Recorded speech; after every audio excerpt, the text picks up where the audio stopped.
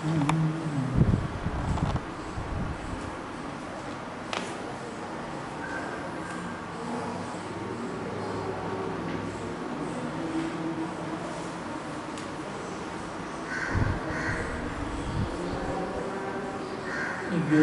स्वरूप मन, वचन आणि काया या तिघांची रचना ही कोणाच्या निमित्तानं होते? पौद्गलिक मन, पौद्गलिक वर्गणा आणि हे पौद्गलिक शरीर या प्रत्येकाची रचना नामकर्माच्या उदयाच्या निमित्तानं होते. किंबहुना नामकर्माचं हे कार्य आहे असं व्यवहाराने म्हटलं जातं. व्यवहाराने का म्हटलं जाते? कारण एक द्रव्य दुसऱ्या द्रव्याची निर्मिती करत नाही. या ठिकाणी नामकर्माने शरीराची रचना केली असं म्हणणं हा व्यवहार. आहार वर्गणा एकत्रित आली आणि हे औदारिक शरीर बनलं. मनोवर्गणा एकत्रित आली, मन बनलं. भाषा वर्गणा त्या ठिकाणी आली आणि भाषा वर्गणेमुळं भाषा म्हणजे ध्वनी, निरक्षरी ध्वनी किंवा अक्षरमय ध्वनी या दोघांसाठीही भाषा वर्गणा ही जरुरी आहे. घंटीचा आवाज ही निरक्षरी ध्वनी आहे. ही घंटीचा आवाज किंवा एखादा वाद्याचा आवाज हा सुद्धा भाषा वर्गणेचा पर्याय आहे. भाषा वर्गणाचा आहे त्याच्यामध्ये. तो जीवाच्या शरीरातून निघो किंवा एखाद्या हार्मोनियमच्या बॉक्समधून निघो, हा सर्व जो आवाज आहे विश्वामध्ये हा भाषा वर्गणेचीही पर्याय. तर या तिघांचा संयोग शरीर, मन आणि वाणी या तिघांचा संयोग जो झाला तो जीवामध्ये एक योगशक्ती आहे. त्या योगशक्तीमुळे हे तिन्ही एकाच ठिकाणी असे जुळून आले. याला म्हणायचं द्रव्ययोग. मनोयोग, वचनयोग आणि काययोग हे एकत्र आले. एकत्र त्यांची प्रवृत्ती आत्म्याच्या योगशक्तीच्या निमित्तानं झाली आणि जीवाचा जो परिस्पंदन आहे तो जीवाचा परिस्पंदन शरीरामुळं नाही, मनामुळे नाही.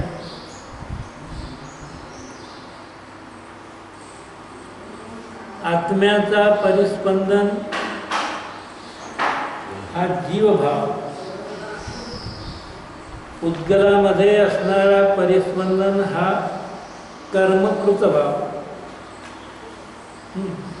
म्हणून जडयोग आणि भावयोग. भावयोग ही जीवाची विकृती आहे. आत्मा स्वभावाने कधीही कंपायमान होत नाही.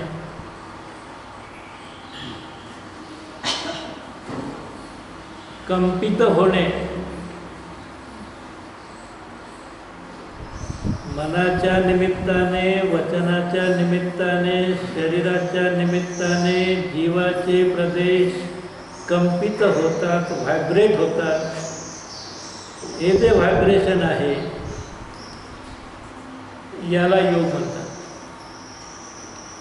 म्हणजे उद्गलामधलं व्हायब्रेशन तर सर्वांना माहीत आहे, चालूच आहे. मोबाईलही व्हायब्रेट होते की नाही,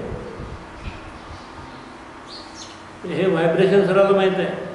पण आत्म्याचं व्हायब्रेशन का होते आणि सिद्ध आत्म्याचं व्हायब्रेशन होत नाही.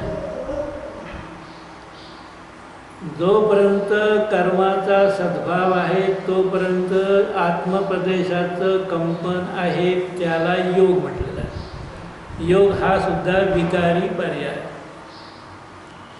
वाचूया 2.9. या ठिकाणी एवढी विशेषता लक्षात असू द्यावी की नामकर्माच्या उदयाच्या निमित्ताने मनवचन कायाची निर्मिती होते. त्यांच्या क्रियेच्या निमित्ताने आत्मोपदेशामध्ये परिस्पंदन उत्पन्न होतो. त्यामुळे आत्म्याला पुद्गल वर्गणेशी एक बंधनरूप होण्याची शक्ती होते. त्या शक्तीला योग म्हणतात. म्हणजे आत्म्याला पुद्गल वर्गणेशी एक बंधनरूप होण्याची जी शक्ती आहे त्या शक्तीला योग म्हटलेलं आहे.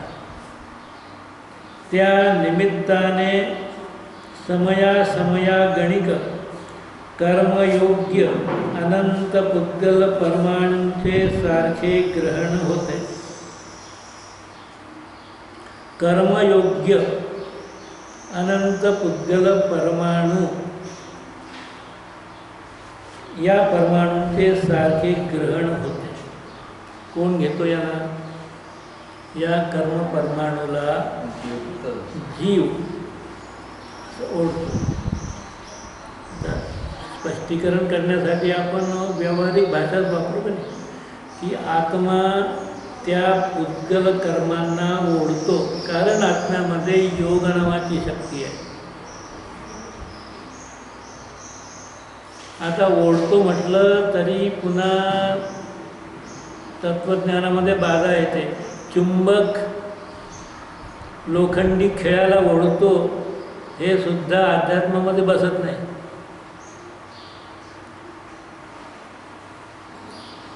लोखंडी खेळा चुंबका समोर ठेवला तर तो ओढला जातो का नाही? मग हे कोण ओढते त्याला? एक द्रव्य दुसऱ्या द्रव्याला तो ओढतच नाही.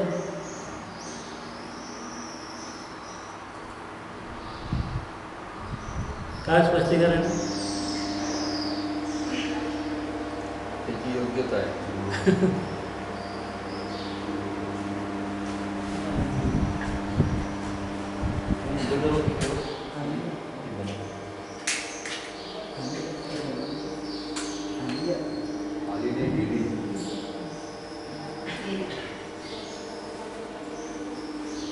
चुंबकासमोर एक लाकडी खेळ आहे, एक लोखंडी खेळ आहे. लोखंडी खेळाच फक्त ओढला जातो, चांदीचा खेळा ओढला जात नाही. का नाही? ज्याच्यामध्ये जशी योग्यता असेल तसंच कार्य होते. लोखंडी खेळामध्येच ते कार्य झालं. कोणतं कार्य झालं? की आपली स्थितिरूप पर्याय गतिरूप होणे लोखंडाच्या खेळामध्ये गतिरूप परिणमन होण्याची योग्यता आली, म्हणून त्यावेळेला आणि त्याची दिशासुद्धा निश्चित झाली. चुंबकाने निश्चित केली नाही. चुंबक या साईडला होता म्हणून खेळा इकडे आला असंही नाही. त्या खेळामध्ये वास्तविक तो खेळाचा अज्ञान आहे. नेमका तो त्याच्याचकडे का धावावा? त्याला ज्ञान नाही, डोळे नाही, काही नाही. तरी पण त्या खेळामध्ये त्याच्या उपादानगत योग्यतेने क्रियावती शक्तीचं परिणमन त्या दिशेला तितक्याच अंतरापर्यंत होण्याची योग्यता होती आणि म्हणून तो खेळाबरोबर त्या ठिकाणाहून त्या ठिकाणी गेला. हे त्याचं वास्तविक कारण आहे. परंतु ही वास्तव कारणाची मीमांसा सर्वसामान्य जनाला समजत नाही. म्हणून निमित्ताच्या प्रमुखतेनं जिकडे तिकडे यत्र तत्र सर्वत्र जिनवाणीमध्ये सुद्धा प्रथमानुयोगामध्ये सुद्धा अशा प्रकारच्या व्यवहार प्रचूर कथनांची भडीमार आहे. परंतु वाचताना तत्व समजलं ज्याला आहे तो बरोबर त्याचा अर्थ लावून समजून घ्यायचा असतो की याच्यामध्ये काय आहे की एक द्रव्य दुसऱ्या द्रव्यामध्ये तर काही करू शकत नाही. त्याच ठिकाणी असलेला लाकडी खिळा त्याच्यामध्ये ती योग्यता नाही. जर चुंबकामध्ये ती योग्यता असतील का तेवढ्याच वजनाचा लोखंडी खिळा तेवढ्याच वजनाचा लाकडी खिळा आहे तिथे, पण लाकडी खिळ्याला तो ओढू शकत नाही. याचा अर्थ चुंबकामध्ये ओढण्याची शक्ती नाही हे सिद्ध झालं की ओढण्याची शक्ती राहिली असती तर पण तेवढ्याच वजनाची दुसरी वस्तू आहे ती तुझ्याकडे का येत नाही. नेमकी त्याच वस्तूला तू का ओढू शकतो.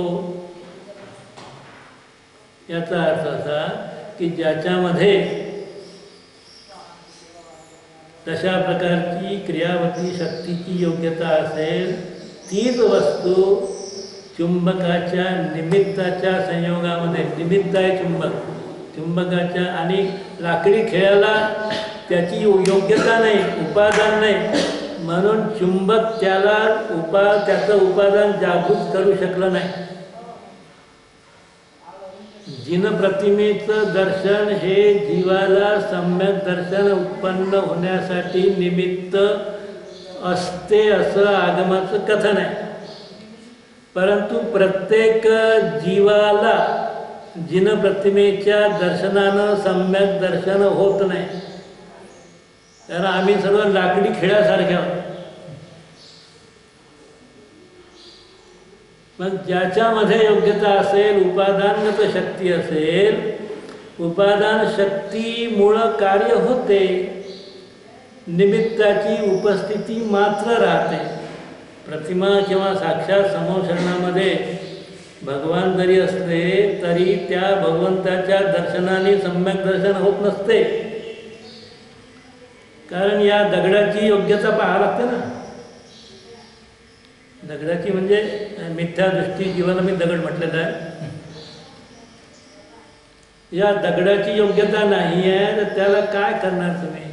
कुठेही नेऊन टाका, त्याला कुठेही फिरवलं तरी दगड तो दगड राहणार. योग्यता ज्या वेळेला येईल त्याची स्वतःची त्यावेळेला नाममात्र निमित्त घेऊन, नाममात्र निमित्त घेऊन कोणतंही निमित्त ज्या वेळेला उपादान जागृत होते ना त्यावेळेला कोणतंही निमित्त, एक जसं म्हणतात ना बुडत्याला काडीचा आधार, ही म्हण आहे, बुडत्याला काडीचा आधार.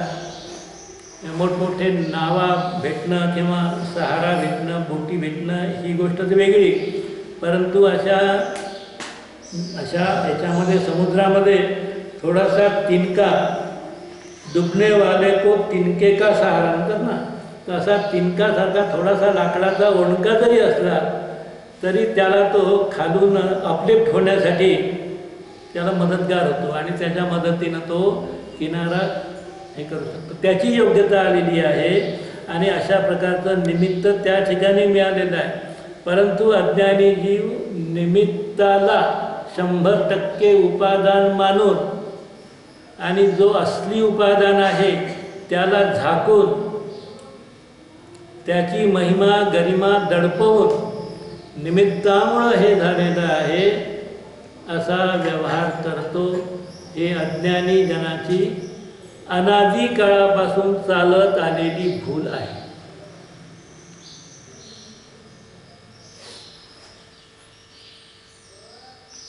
या निमित्ताने समयासमयागणे कर्मयोग्य अनंत पुद्गल परमाणूंचे सारखे ग्रहण होते. हे परमाणू कुठे आहे? आपल्याच याच्यामध्ये, या विश्वामध्ये आहे. या शरीरामध्येच अनंतानंत पुद्गल परमाणू आहे. जिथे आत्म्याचे प्रदेश आहेत त्याच प्रदेशावर एकेका प्रदेशावर अनंत अनंत कर्मवर्गणा भरलेली आहे आणि ती कर्मवर्गणा जीवाच्या परिणामाला निमित्त करून स्वतःच्या उपादानगत योग्यतेने समयासमयाला कर्मरूप बनते. किती परमाणू कर्मरूप बनतील हे त्या वेळेला कर्मामध्येच ठरल्या जाते. सांगा किती जीवाचं टेन्शन कमी केलं. तुम्हाला त्याचं रेकॉर्ड ठेवायची गरज नाही की हा जो आता प्रदेश बंद होणार आहे या जीवाला, या समयात जो प्रदेश बंद होणार आहे त्याला परमाणूंच्या संख्येची गरज आहे. प्रदेश बंद परमाणूंच्या संख्येला विचारात घेतो.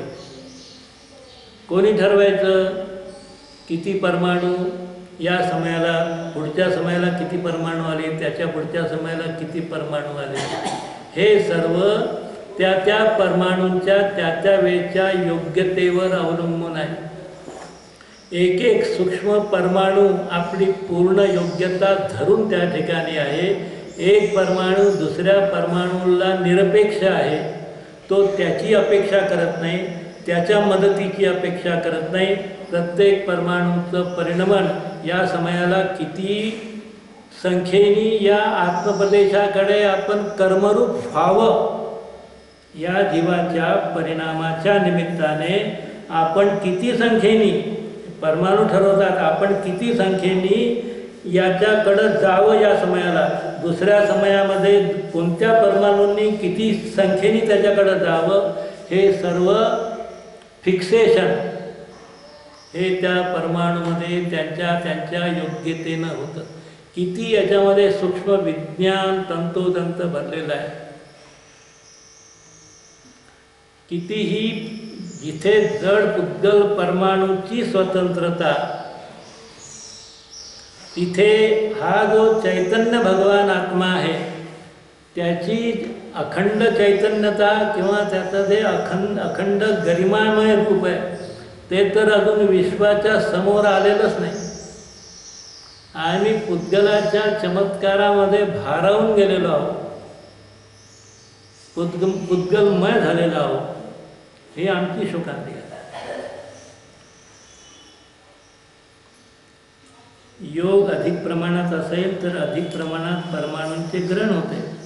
एका समयामध्ये जेवढ्या पुद्गल परमाणूंचे ग्रहण होते त्याचे ज्ञानावर्णादी मूल प्रकृती रूपाने अथवा त्यांच्या उत्तर प्रकृती रूपाने सिद्धांतशास्त्रात सांगितलेल्या पद्धतीने वर्गीकरण होते आणि त्या वर्गीकरणाप्रमाणे परमाणू त्या प्रकृती रूपाने स्वयमेव परिणमतात.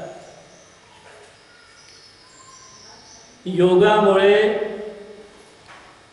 परमाणू आले. आता आलेत म्हणजे इथेच आहे ते, परंतु आता सांगण्यासाठी आपण ही भाषा वापरू. योगामुळे परमाणू आले 1000 परमाणू आले. पुढं पहिल्या समयात 1000 परमाणू आत्म्याकडं आले. नंतर बोला काय करायचं मग आता? तुम्हाला आपलं टेन्शन नाही. परमाणू काय करतील? स्वयमेव पहिले 8 भागामध्ये डिवाइड होऊन जाते आपोआप. प्रार्थनेच्या ग्राउंडवर मुलं आले, बरोबर 8 रांगा लावल्या, पहिला दुसरा तिसरा चौथा 8वा. सांगा लागत नाही कोणाला, टीचरलाही सांगा लागत नाही, नेहमीची सवय. ग्राउंडवर आलेले मुलं जसं 8 लाईननं उभे झाले, अशा 8 रांगा या आत्म्याच्या प्रदेशात तयार झाल्या. त्या रांगेमध्ये परमाणू आले. कोणत्या रांगेमध्ये किती आलेत, कोणी कुठं जावं, हे सर्व परमाणूंनी ठरवलं. तुम्हाला ठरवायची गरज नाही. नामकर्माच्या रांगेमध्ये, नामकर्म म्हणतो आमचे 93 प्रकृती आहे. मग 93 प्रकृतीमध्ये मग कोणत्या प्रकृतीमध्ये, मग ते नामकर्मामध्ये आलेले परमाणू पुन्हा त्याचे सब डिव्हिजन, त्याचे पुन्हा डिव्हिजन होतात की नामकर्माच्या भागाला आलेले परमाणू त्याच्यामध्ये स्पर्श, रस, गंध, वर्णांनी परिणमित कोण होते? स्थूल, सूक्ष्म, हे जे नामकर्माचे भेद आहेत. कोणतं सूत्र आहे नामकर्माच्या 93 प्रकृतीत सूत्र कोणतं आहे? गती, जाती, शरीर, अंगोपांग, निर्माण, बंधन, संघात, संस्थान इत्यादी इत्यादी याच्यामध्ये ते परमाणू वाटल्या जातील. आपल्याला काही करायची गरज नाही. मोहनीय कर्माच्या हिश्श्यावर आलेले परमाणू चारित्र्य मोहनियामध्ये काही जातील, काही दर्शन मोहनियात जातील. ही सर्व ॲटोमॅटिक प्रोसेस दुसऱ्या समयापासून होते. पहिल्या समयात येणे योगामुळे आले. पूर्ण दार उघडल्याबरोबर, शाळेचं दार उघडल्याबरोबर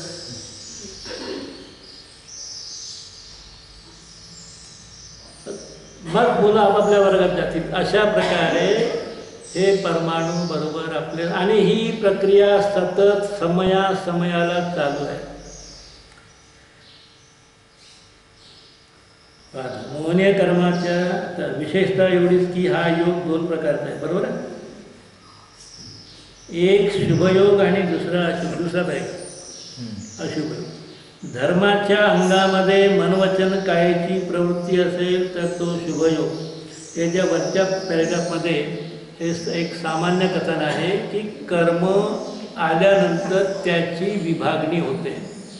त्याची कर्माची विभागणी मुख्य 8 भागामध्ये, आणि मग 8 भागाचे जे प्रभेद आहेत त्या प्रभेदामध्ये त्या कर्माची विभागणी होते. आणि हे सुसंबद्ध रीतीने, सुव्यवस्थित रीतीने, अगदी काटेकोरपणे, त्याच्यामध्ये कोणतीही चूक न घेता हे नैसर्गिक प्रक्रियामुळे हे कर्माची विभागणी होते. ही जी कर्माची विभागणी झाली आणि त्या कर्माच्या हिश्श्याला जे जे परमाणू आले त्या परमाणूचं नाव आहे तिथे प्रदेशबंध. आणि हे परमाणू काही ज्ञानावर्णीय रूपाने, काही दर्शनावर्णीय रूपाने, काही वेदनीय रूपाने, असं जे 8 प्रकारे विभागले गेले. हा झाला प्रकृतीबंध. प्रकृती म्हणजे नेचर, स्वभाव, की हे परमाणू हे कोणत्या स्वभावाचे आहे. हे आलेले परमाणू, या परमाणूमध्ये काही परमाणू ज्ञानावरण, काही दर्शनावरण, काही अंतराय वगैरे वगैरे 8 रूपाने विभागले गेले. ते 8 जणांची जी कॅटेगरी आहे ती झाली प्रकृतीबंध. आणि त्या प्रत्येक प्रकृतीला मिळालेलं अलॉटमेंट, किती अलॉटमेंट दिलं आम्हाला कर्म प्रकृतीचं, ते संख्या, ती संख्या झाली प्रदेशबंध. हा या वरच्या पॅरेग्राफमध्ये. आता पुढचा भाग आहे की कथन आहे योगाचं. आता हा योग शुभयोग आणि अशुभयोग असतो. कसा असतो तो? धर्माच्या अंगामध्ये मनवचन कायची प्रवृत्ती असेल तर तो शुभयोग असतो, आणि अधर्माच्या अंगामध्ये प्रवृत्ती असेल तर तो अशुभोपयोग असतो. योग शुभ असो अथवा अशुभ असो, सम्यक्त्वाच्या अभावी घाती कर्माच्या सर्वच प्रकृतींचा नेहमी बंध होतच असतो. सम्यक्त्वाच्या अभावी हा शब्द महत्त्वाचा आहे. म्हणजे मिथ्या दृष्टीला काय होते, सतत घाती कर्माच्या सर्वच प्रकृतींचा नेहमी बंध होत राहतो. स्वप्नामध्ये असो, झोपेमध्ये असो, कोमामध्ये असो, कशाईमध्ये असो, भगवंताच्या भक्तीमध्ये सुद्धा असो. मिथ्या दृष्टी भगवंताच्या भक्तीमध्ये तल्लीन आहे, तरी प्रत्येक समयाला घाती कर्म बांधत आहे. तेव्हा भगवंता समोर बसला, भक्तीमध्ये तल्लीन आहे, तरी त्याला तुम्ही सूट देत नाही. त्याला तेवढ्या टाईम पुढची सूट द्या ना. घरी आला गेला तर मग सुरू करा त्याचा बंध. भगवंताच्या भक्तीमध्ये बसला तरी घाती कर्म त्याला माफ करत नाही. कारण काय, मिथ्या मान्यता घेऊन बसलेला आहे. तो मोबाईल घेऊन बसलो कुठेही तर कोणाचाही कॉल आला तर व्हायब्रेट होईल का नाही, आपला खिसा व्हायब्रेट तर होईल का नाही, तो कुठेही लपवून ठेवा तुम्ही. तर हा भगवंताच्या भक्तीमध्ये बसला, मिथ्यात्वरूपी मोबाईल घेऊन बसलेला आहे, तर कर्म तर त्याला तिथे व्हायब्रेट करतीलच. प्रत्येक समयाला व्हायब्रेट करतील त्याला. पूजेमध्ये असो कुठेही असो सतत बंध होतच असतो. निरंतर सर्व प्रकृतींचा बंध झाल्याशिवाय राहत नाही. निरंतर अंतर न पडता, खंडित न होता, सतत सर्व कर्मांचा, सर्व प्रकृतींचा, सर्व घाती कर्मांच्या प्रकृतीचा बंध त्याला होत आहे मिथ्या दृष्टीला. अपवाद हा की मोहनीय कर्माच्या हास्य आणि शोक, म्हणजे आता ह्या काही विरुद्ध जातीच्या प्रकृती ॲट ए टाइम नाही बांधत. म्हणून काय म्हटलंय, हास्य आणि शोक हे विरुद्ध आहेत. हास्य केव्हा येईल आपल्याला, शोक असेल तर शोकामध्ये हास्य येत नाही. तर म्हणून हास्य आणि शोक ॲट ए टाइम नाही बांधणार. एक तर हास्य बांधेल त्यावेळेला शोक नाही, शोकाची प्रकृती जेव्हा बांधेल तेव्हा हास्याची प्रकृती बांधणार नाही. हास्य आणि शोक ह्या क्रिया कशा आहेत ना आपल्या, तर हास्य आणि शोक नावाचे कर्म आहेत. हास्य आणि शोक, रती आणि अर्ती या युगलापैकी एक आणि 3 वेदापैकी एकाच प्रकृतीचा बंध होत असतो. आता शुभयोग असताना अघाती कर्मापैकी 7 वेदनीय वगैरे पुण्य प्रकृतींचा बंध होतो. मिश्रयोग असताना काही पुण्य प्रकृतींचा व काही पाप प्रकृतींचा बंध होतो. आणि अशुभोपयोग असताना असाता वेदन्यादी पाप प्रकृतींचा बंध होत असतो. याप्रमाणे योगाच्या निमित्ताने कर्माचा आश्रव आगमन होतो. म्हणून योगालाच कारणामध्ये कार्याचा आरोप करून आश्रव म्हटलेलं आहे. योगालाही आश्रव म्हटलेलं आहे.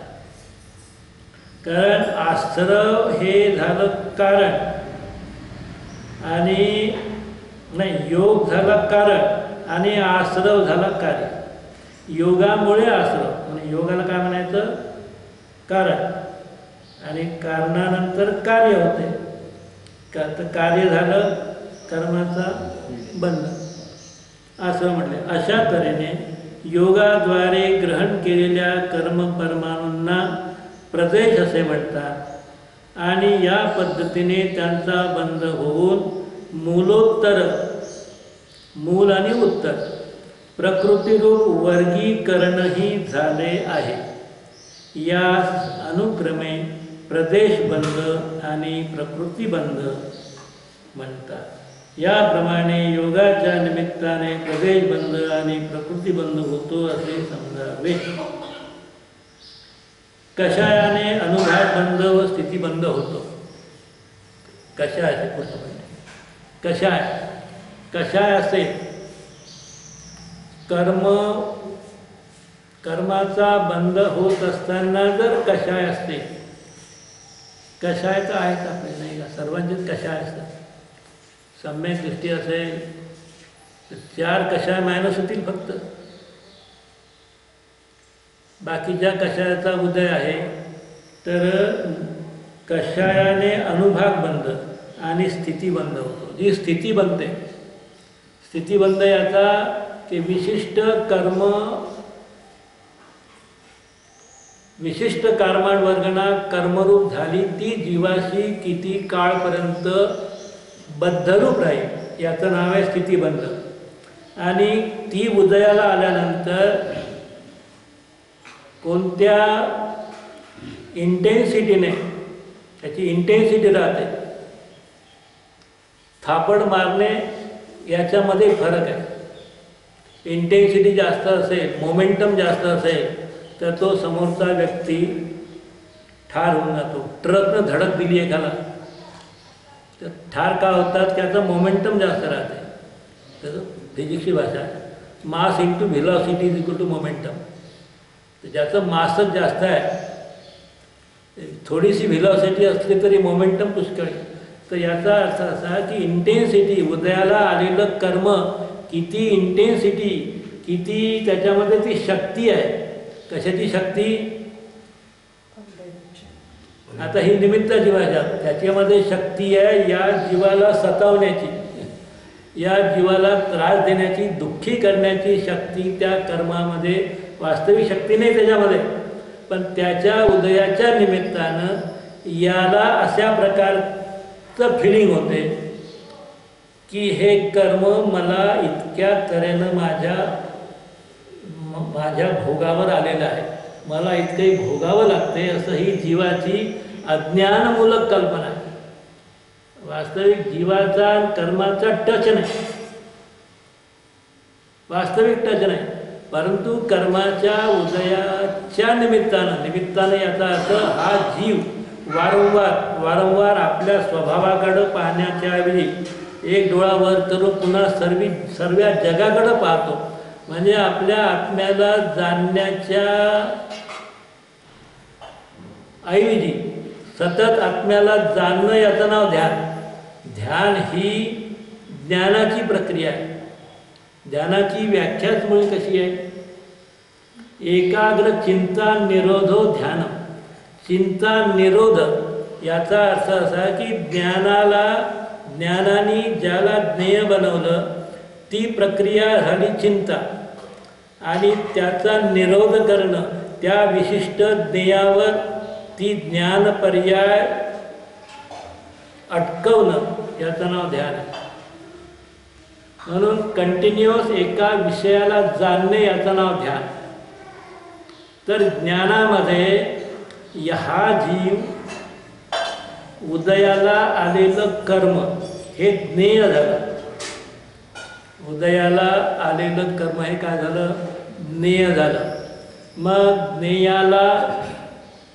ज्ञेयामध्ये इष्ट अनिष्ट कल्पना करून जो परिणाम होतो त्याचं नाव आहे ज्ञेयार्थ परिणमन.